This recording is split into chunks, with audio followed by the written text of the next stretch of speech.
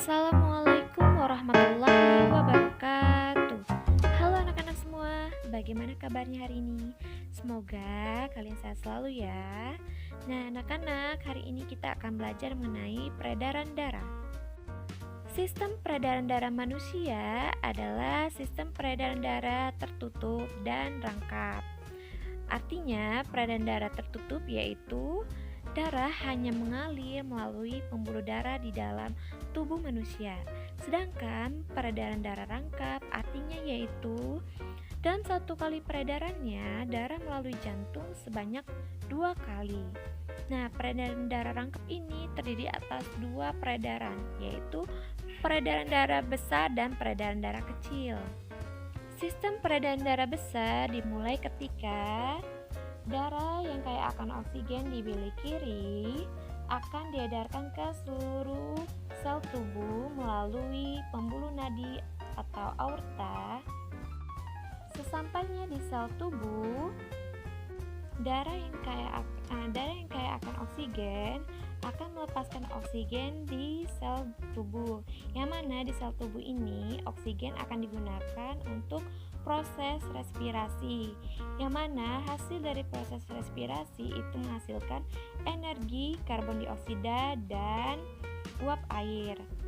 Hasil energi ini sendiri akan digunakan tubuh untuk sebagai aktivitas tubuh, sedangkan karbon dioksida dan uap air merupakan zat sisa dari hasil respirasi. Maka karena zat sisa, CO2 dan uap air ini harus dikeluarkan dari dalam tubuh. Selanjutnya, CO2 akan berdifusi dari jaringan menuju kapiler darah. Kemudian setelah darah berikatan dengan CO2, darah yang kaya akan CO2 ini akan diedarkan atau akan dibawa ke serambi kanan melalui vena cava. Nah, sesampainya darah yang kaya akan CO2 ini di serambi kiri ini, nah disinilah proses sistem peredaran darah besar itu. Selanjutnya dari darah yang kaya akan CO2 di serambi kanan ini akan dilanjutkan ke bilik kanan. Kemudian dari bilik kanan, darah yang membawa CO2 ini akan diedarkan menuju paru-paru melalui arteri pulmonalis. Sesampainya di paru-paru, CO2 atau karbon dioksida berdifusi masuk ke alveolus. Kemudian di alveolus CO2 ini akan dihembuskan melalui sistem pernapasan. Kemudian masuklah O2 melalui sistem pernapasan. Kemudian O2 ini atau oksigen akan berdifusi dari alveolus menuju kapiler darah. Kemudian setelah berikatan, darah yang kaya akan O2 tadi, darah yang telah mengikat O2 ini akan dibawa menuju ke serambi kiri melalui vena pulmonalis. Nah, sesampainya di serambi kiri, baru darah ini akan menuju ke bilik kiri. Nah, sampai disinilah sistem peredaran darah kecil.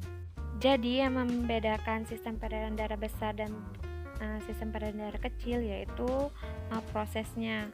Kalau sistem peredaran darah besar itu dia dari bilik kiri menuju ke sel tubuh melalui pembuluh nadi, kemudian dari sel tubuh dia menuju ke serambi kanan melalui pembuluh nadi.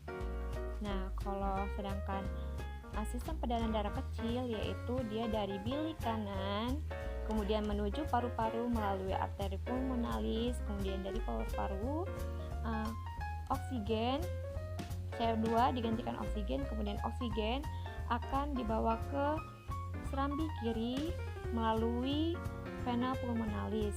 Nah, anak-anak, sampai sini pertemuan kita.